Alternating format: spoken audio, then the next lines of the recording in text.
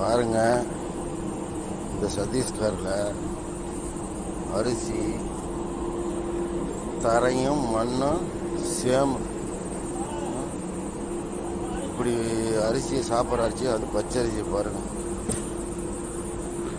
தரையும் மண்ணில் அரிசியை எப்படி இறக்கிறானுங்க பாருங்க.